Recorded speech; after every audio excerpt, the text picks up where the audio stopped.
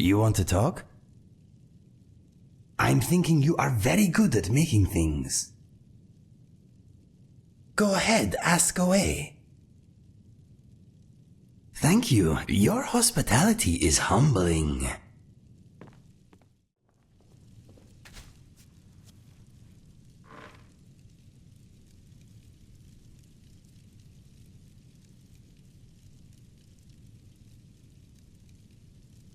Everything okay? Yes. I have never been very good though. I enjoy writing songs, but sometimes it is more fun just making up words as I go along. Improvisation keeps the mind sharp and boredom at bay. Maybe, but nothing too serious. I would rather save my proper songs for the Bard's College. For now, anyway. Well, I know it is silly, but my songs are special to me. I would rather perform them in a special place. However, if you just want me to improvise something while we are traveling, maybe I can help you out. We will see.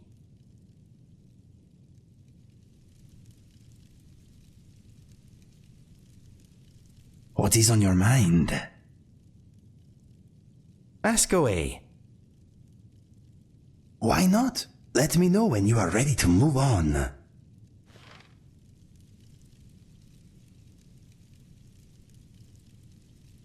Yes?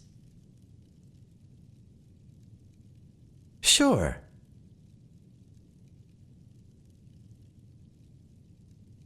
My brother and I never knew our real parents. We were found abandoned in a smelly shack by a soldier on his way to battle. We melted his heart with our fuzzy little faces, and he carried us to the nearest town.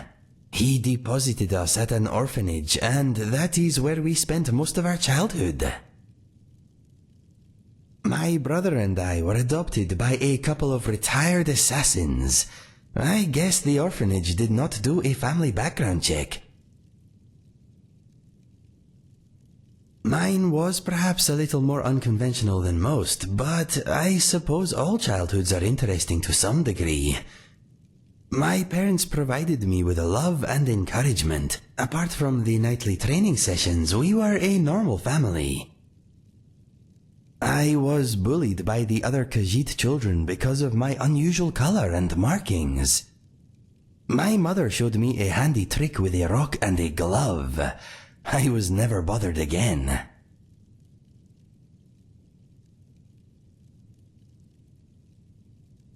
Yes, bullies should not be tolerated. They soon learned that being different is not a weakness. My father showed my brother and I how to use a sword. My mother taught us the bow. Happy childhood memories. I grew up in Riverhold, not far from Citadel. My brother and I headed for the Imperial City to find our fortune when we came of age. I found love, for a time at least. My brother found death. Well, now that I think about it, maybe it was not love. It was brief and, as it turned out, one-sided. Anyway, all that happened later. I will come to that soon. There is a little more to hear first. My mother and father are both gone. They died protecting a trading caravan a few years back.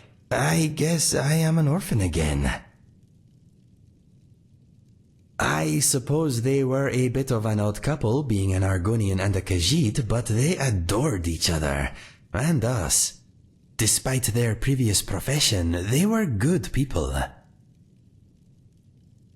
That means a great deal. Thank you. My brother and I found much work as sellswords. We never made it to the Imperial City, but we made a lot of coin.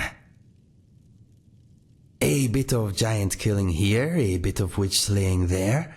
We took gold when it was offered, but sometimes we worked for nothing. It is hard to deny those in need, whether they have coin or not. We made more than enough from those who could pay anyway. all over Cyrodiil, from the Gold Coast to the Gerald Mountains. It is a wonderful land, but quite tame compared to Skyrim. Those were happy times, traveling or working during the day, camping out under the stars at night. Life was good. I awoke one morning to a lot of noise outside our tent. My brother staggered in, bleeding, and pushed our father's sword into my hand. He said that if I loved him, I would run. He used the last of his strength to rip out the back of the tent and push me down the slope beyond. Some Khajiit-hating locals had blamed us for a spate of robberies in the area, and had decided to take the matter into their own hands. 12 of them had snuck up on us in the night. My brother died, but I live because of him. Yes, that morning I lost all that was dear to me. Unfortunately, I also uncovered a side of myself I never knew existed. Every day, my friend. Every day. His name was Fergus. I miss him very much, but part of me is glad he did not witness what became of me after his passing. Maybe you are right. It is a nice thought, but I suppose I will never know. I was recruited by a group of bandits a few years ago. That is when I discovered skooma. It was the beginning of a lot of nastiness. I was with a bandit girl for a while. Turns out she was using me. She wanted protection, not affection. As soon as she found someone more psychopathic, I was dropped like a sack of troll dung. I thought I did. We dulled each other's pain somewhat. She seemed like the only bright thing in a very dark place. Regrettably, she was a vicious, manipulative harpy. I left the bandits and took the only ally I had with me. He was also an addict, but we thought we had it under control. His name was Felix. He was a big fellow, good in his scrap. We became mercenaries together. After a few months, Felix and I had made a little gold, but our addiction to skooma was getting in the way. No one trusts an addict, my friend, especially not another addict. From time to time my body does, but my mind is made up. I am never touching the stuff again. It helped me smother some painful memories, but it took my sense and reason as payment. It was not a fair trade. There is not much to tell. He never spoke about his past, but it was clear he had also been through a great deal before becoming a bandit. That life did not seem to suit him. He had been an educated man at some point, I am sure of it. He was violent, but he had retained some dim vestige of honor. I wish we had met under different circumstances. One day, Felix burst into my chamber. Instinct took over and I reacted. His murder was my second-to-last step on the road of dishonor. Trying to kill you was my last.